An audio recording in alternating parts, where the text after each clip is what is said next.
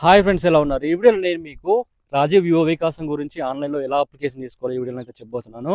ST, SC, BC, minority loans ఏవైతే ఉన్నాయో వీటికి ఆన్లైన్లో అప్లికేషన్స్ అయితే ఓపెన్ అయ్యాయి.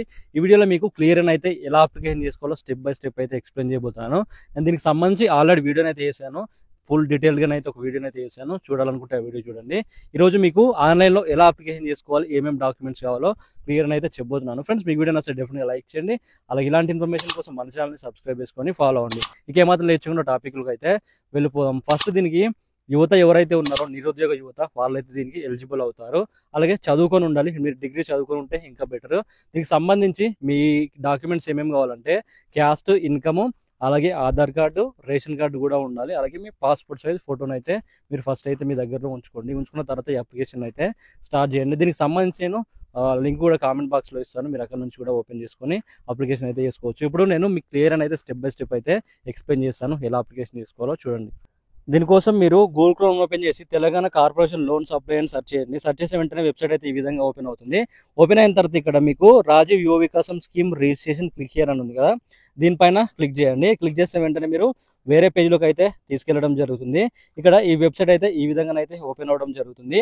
ఇక్కడ మీకు click here to application form Rajiv Yuva Vikasam ఉంది కదా, SC, ST, BC, MBC, BC corporation అని ఈ విధంగా అయితే చూపించడం జరుగుతుంది. ఇక్కడ క్లిక్ హియర్ అప్లికేషన్ ఫామ్ అని ఉంది కదా, మీరు దానిపైన అయితే క్లిక్ చేయండి. ఇక్కడ దానిపైన క్లిక్ చేసే వెంటనే మీకు ఈ విధంగా అయితే చూపించడం జరుగుతుంది. ఇక్కడ నేను దీనిపైన అయితే క్లిక్ చేస్తున్నాను. క్లిక్ చేసే వెంటనే మీకు ఇక్కడ ఎస్సీకి సంబంధించిన, అలాగే ఎస్టీ, ఇంకా బీసీ, మైనారిటీస్, ఇంకా క్రిస్టియానిటీ ఏదైతే ఉన్నారో సపరేట్ రిజిస్ట్రేషన్ ఫామ్స్ అయితే మీకు ఇక్కడ కనిపిస్తూ ఉంటాయి. ఇక్కడ నేను బీసీ అయితే రిజిస్ట్రేషన్ అయితే చేసి చూపిస్తాను. ఇక్కడ బీసీ పైన క్లిక్ చేసుకుంటున్నాను. నేనైతే క్లిక్ చేసుకొని మీకు అప్లికేషన్ ఏ విధంగా చేసుకోవాలని అయితే చూపిస్తాను. చూడండి, క్లిక్ చేసిన వెంటనే మీకు అప్లికేషన్ ఫామ్ అయితే ఈ విధంగా చూపించడం జరుగుతుంది. ఇక్కడ ఫస్ట్ లో మీ నేమ్ ఏదైతే ఉంటుందో ఫుల్ నేమ్ ఆధార్ కార్డు ప్రకారము ఏ విధంగా ఉంటే ఆ విధంగా అయితే ఇక్కడ మీ ఫుల్ నేమ్ అయితే ఎంట్రీ చేయండి. తర్వాత మీ ఆధార్ కార్డ్ నెంబర్ ఏదైతే ఉంటుందో మీ ఆధార్ కార్డ్ నెంబర్ని కూడా ఇక్కడ ఎంట్రీ చేయాల్సి ఉంటుంది. ఆధార్ కార్డ్ నెంబర్ ఎంట్రీ చేయగానే మీ రేషన్ కార్డుకి సంబంధించిన నెంబర్ కూడా అక్కడ ఫెచ్ అవ్వడం జరుగుతుంది. ఆటోమేటిక్గా మీ రేషన్ కార్డ్ నెంబర్ కూడా అదే ఎంట్రీ అవుతుంది. అందులో మీరు ఎంట్రీ చేయాల్సిన అవసరమే లేదు. ఇక్కడ నేను నేము అలాగే ఆధార్ కార్డ్ నెంబర్ ఎంట్రీ చేయగానే రేషన్ కార్డుకి సంబంధించిన డీటెయిల్స్ నెంబర్ అయితే అదే తీసుకుంది. నేనైతే రేషన్ కార్డ్ అయితే ఎంట్రీ చేయలేదు. ఈ విధంగా సెలెక్ట్ చేసుకున్న తర్వాత ఇలా కిందికి వచ్చిన తర్వాత బెనిఫిషియరీ టైప్ అనేది లబ్ధిదారుని రకము. లబ్ధిదారుని రకం దగ్గర మీకు ఇండివిజువల్ అయితే సెలెక్ట్ చేసుకోండి. మీరు ఇండివిజువల్గా తీసుకుంటున్నారు కాబట్టి లోను ఇండివిజువల్ అనే ఆప్షన్ అయితే ఇక్కడ మీరు సెలెక్ట్ చేసుకోవాల్సి ఉంటుంది. ఈ ఆప్షన్ సెలెక్ట్ చేసుకున్న తర్వాత మళ్ళీ ఇలా కిందికి వచ్చిన తర్వాత మీకు ఇక్కడ లబ్ధిదారుని రకం అని అడుగుతుంది. ఆర్థిక లబ్ధిదారుని రకం అని అడుగుతుంది. ఇక్కడ బ్యాంక్ లింక్డ్ స్కీమ్ అని మీరు సెలెక్ట్ చేసుకోండి. సెలెక్ట్ చేసుకున్న తర్వాత ఇంకా నెక్స్ట్ ఆప్షన్ చూసుకున్నట్టయితే ఇక్కడ మీకు లోను దేనిలో కావాలి అంటే మీకు అగ్రికల్చర్ సెక్టారా, లేకపోతే మోటార్ వెహికల్ సెక్టారా, ఇలా రకరకాల సెక్టర్ అయితే ఉంటుంది. మీకు దేనిలో ఇంట్రెస్ట్ ఉంటే దానిలోనైతే సెలెక్ట్ చేసుకోండి. ఇక్కడ నేను అగ్రికల్చర్ సెక్టర్ని అయితే సెలెక్ట్ చేసుకున్నాను.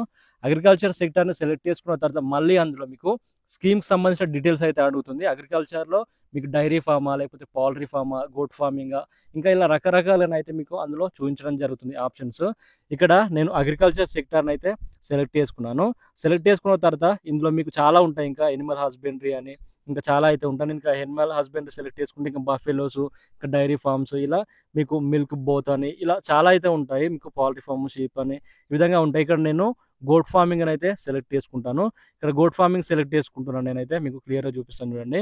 ఇక్కడ గోట్ ఫార్మింగ్ అని అయితే సెలెక్ట్ చేసేసుకున్నాను. సెలెక్ట్ చేసుకున్న తర్వాత మీకు యూనిట్ కాస్ట్ కూడా చూపించడం జరుగుతుంది. Minimum unit cost 2 lakhs, maximum unit cost వచ్చేసి 4 lakhs అని ఈ విధంగా అయితే చూపించడం జరుగుతుంది. చూపించిన తర్వాత మీకు ఇక్కడ గో అని క్లిక్ చేసిన వెంటనే నెక్స్ట్ పేజ్లోకి అయితే తీసుకెళ్తుంది. ఇక్కడ లొకేషన్ డీటెయిల్స్ అయితే అడుగుతుంది. మీ డిస్టిక్, మీ మండలం, మీ విలేజ్ అయితే అడుగుతుంది. ఇక్కడ నేను డిస్టిక్ని అయితే సెలెక్ట్ చేసుకుంటున్నాను.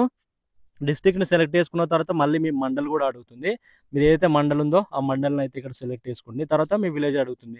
ఇలా సెలెక్ట్ చేసుకున్న తర్వాత మళ్ళీ ఇలా కిందికి వచ్చిన తర్వాత సెక్టార్ డీటెయిల్స్ అయితే మీకు ఇక్కడ చూపించడం జరుగుతుంది. ఇక్కడ చూసారుగా ఇండివిజువల్, అలాగే మీకు గోట్ ఫార్మింగ్, అలాగే దానికి సంబంధించిన కాస్ట్ అనేది ఇక్కడ మీకు చూపించడం జరుగుతుంది. ఈ విధంగా చూపించిన తర్వాత మళ్ళీ కిందికి రండి.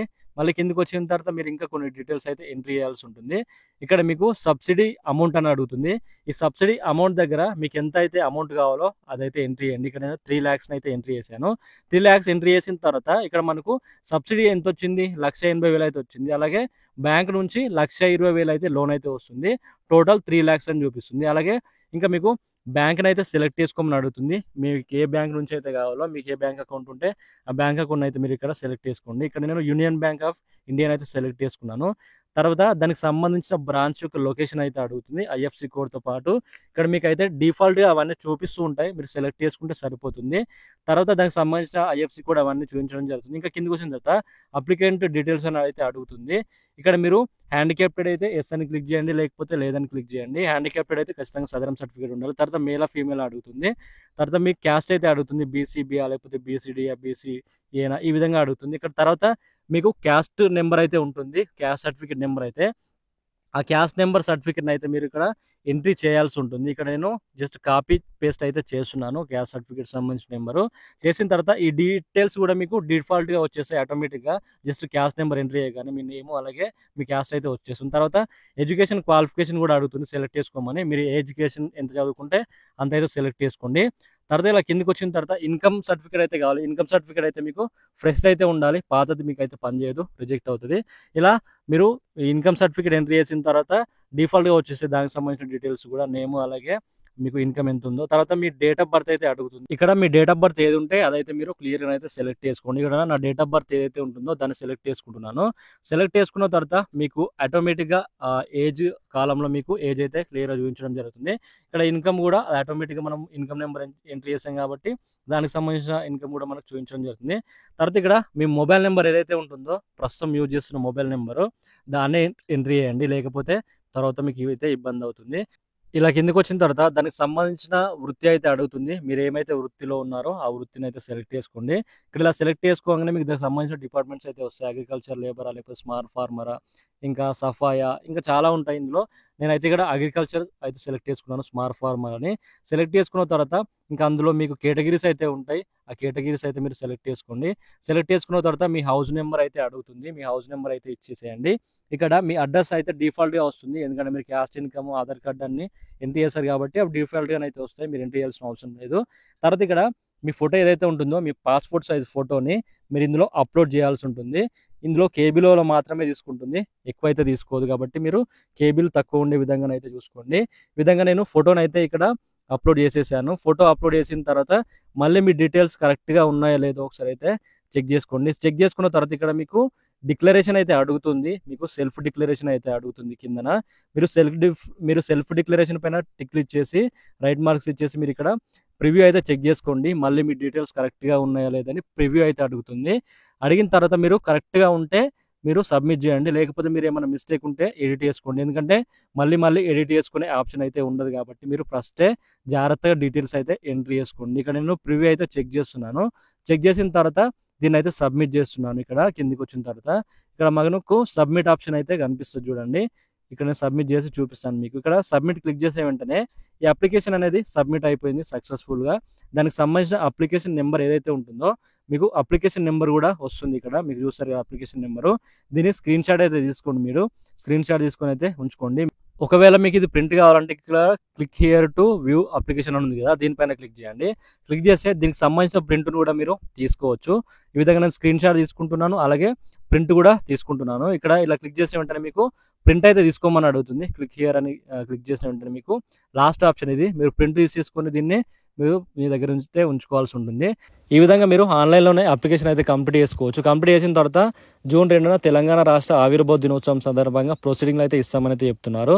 దీన్ని మండల స్థాయిలోనైతే ఎంపిక ఉంటుంది. మండల స్థాయిలో ఎంపిక చేసి ఈ లోన్ అయితే మంజూరు అయితే చేస్తారు ఎవరైతే లబ్ధిదారులు ఉన్నారో వాళ్ళు. ఈ విధంగా మీరు కంప్లీట్ చేసుకోండి. దీనికి సంబంధించి ఎస్సీ కావచ్చు, ఎస్టీ కావచ్చు, బీసీ కావచ్చు, మైనారిటీ కావచ్చు, ఎవరికి సంబంధించిన లింక్ అయితే వాళ్ళకైతే ఉంది అందులో మీరు వెబ్సైట్లో. ఆ లింక్ని క్లిక్ చేసి మీరు అయితే అప్లికేషన్ అయితే చేసుకోవచ్చు ఆన్లైన్లోనే. సో ఇది ఫ్రెండ్స్ మొత్తానికి వీడియో అయితే. మీకు వీడియో నచ్చితే డెఫినెట్గా లైక్ చేయండి. అలా ఇలాంటి ఇన్ఫర్మేషన్ కోసం మన ఛానల్ని సబ్స్క్రైబ్ చేసుకొని ఫాలో అవ్వండి. Okay friends, thank you.